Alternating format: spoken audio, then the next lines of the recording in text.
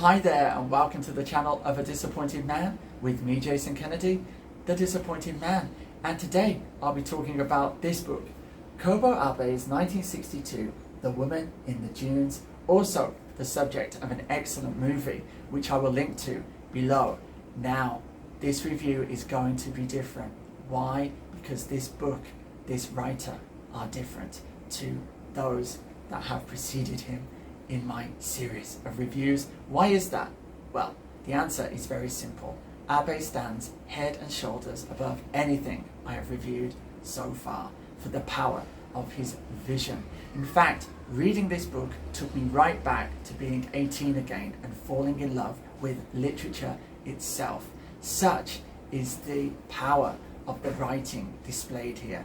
Such is the depth of the analysis of what it means to be an individual, what it means to be a social being, a sexual being, to be a member of a society subject to the power of a centralized state.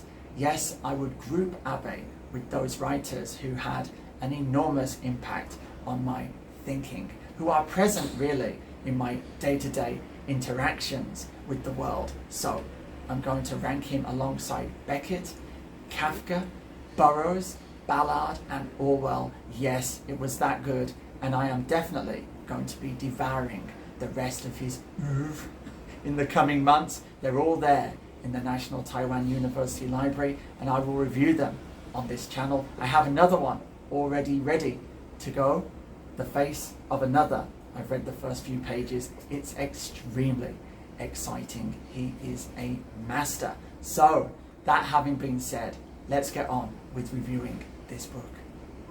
Now, before we get into the story, a word or two about Abe himself. He's one of the most celebrated figures in post-war Japanese literature.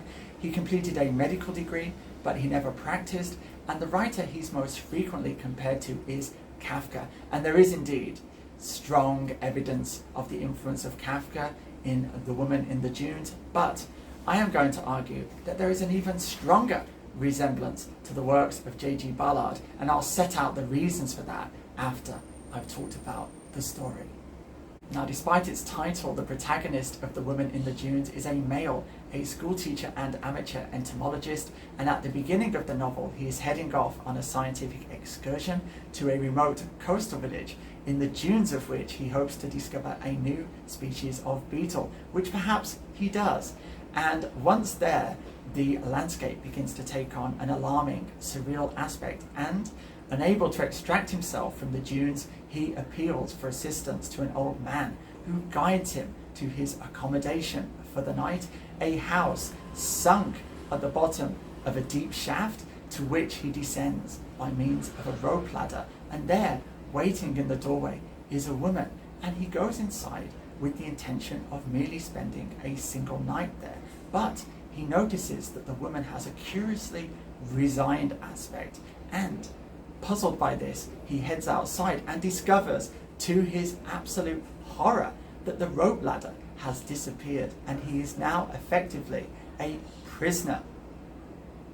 Not only is he a prisoner, but he is expected to work, because, as the woman explains, the sand is constantly falling on the house, and its accumulative weight threatens the integrity of the structure. And so each night she goes out and shovels sand into large kerosene cans, which are then hauled up on ropes by unseen villagers stationed at the top of the shaft. And the man watches her this first night, and she points to a second shovel and urges him to begin making his own contribution. And it's from this point that the action of the novel begins to develop along two principal lines: the relationship with the woman and the man's relationship with his environment, composed as it is almost entirely of sand. This basic situation is a kind of fusion of Kafka and Ballard. Kafka because the nightmare is extremely personal. It's happening only to one individual who knows that out there, beyond the hole, beyond the village, is the normal life in the normal world that has been left behind, where one goes about one's business more or less unmolested.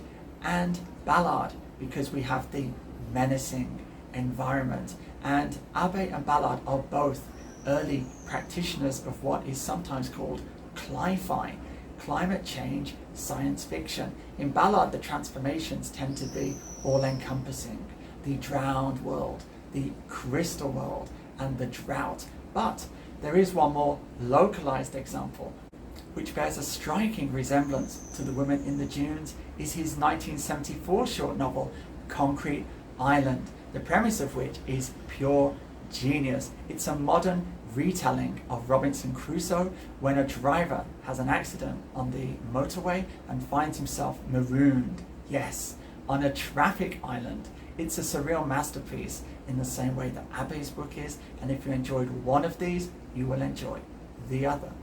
Another similarity between Ballard and Abe is the superb quality of their imagination, and I think here their scientific training is an important link. There is a precision to their flights of fancy which lends them much more substance than a dream or a fantasy. It feels as if we're gazing into other worlds which could be realized if humanity took a different turn. And there's one example I'll read you here where he's contemplating a different way of approaching inhabiting this environment, where instead of constantly resisting the sand, one finds a way to live in harmony with it. And it goes like this: what in heaven's name could she hope to accomplish with her frail arms? It was like trying to build a house in the sea by brushing the water aside. You floated a ship on water in accordance with the properties of water. Sand, of course, was not a liquid. There was no reason, therefore, to expect it to be buoyant. If one were to toss something on it with a lesser specific gravity, say a cork stopper, and leave it there, even the cork would sink. A boat that would float on sand would have to possess much different qualities. It could be a house shaped like a barrel, for example, which would pitch and toss. Even if it heaved over a little, it would shed whatever sand had fallen on it and rise at once to the surface. Of course, people would not be able to endure the instability of a house that kept revolving all the time.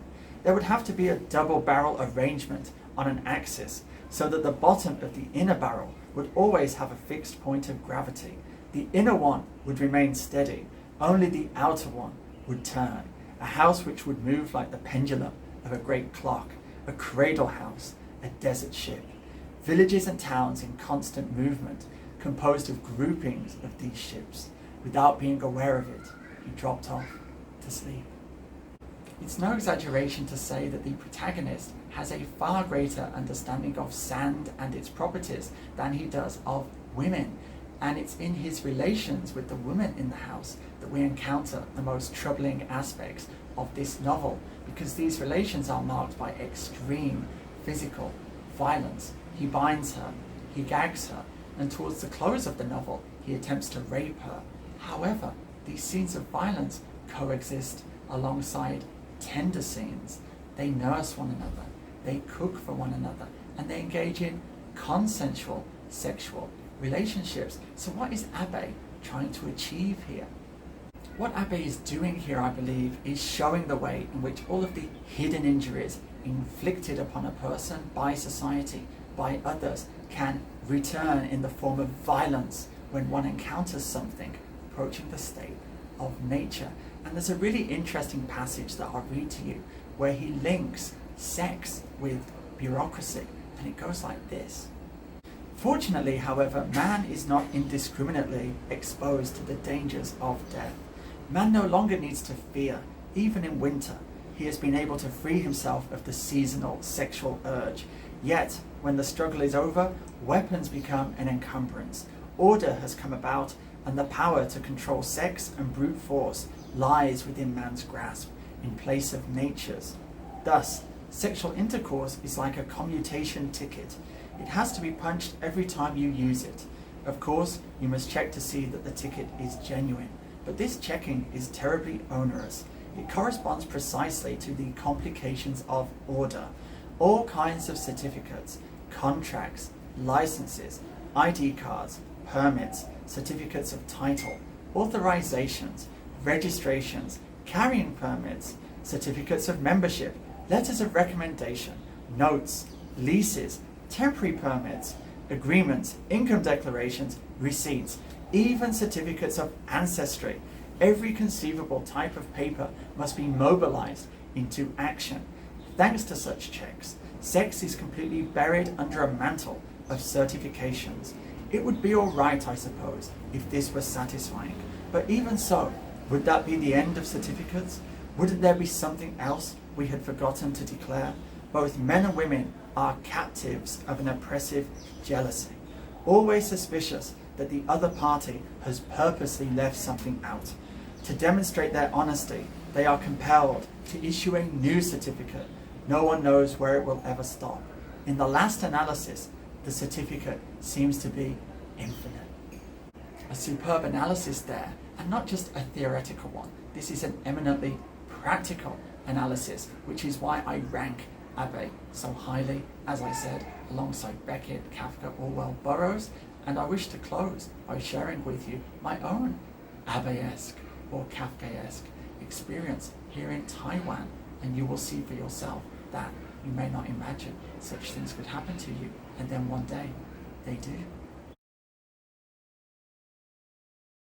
My good wife, my woman in the dunes, has just pointed out to me the risk of sharing my experience at the hands of the authorities with you at the current time, so it will have to wait. Hopefully one day I will be able to tell all. So we'll leave it there. This is a great book by a great writer, and I will depart by repeating my mantra. Be safe, be strong, and until the next time, Nanu Nanu.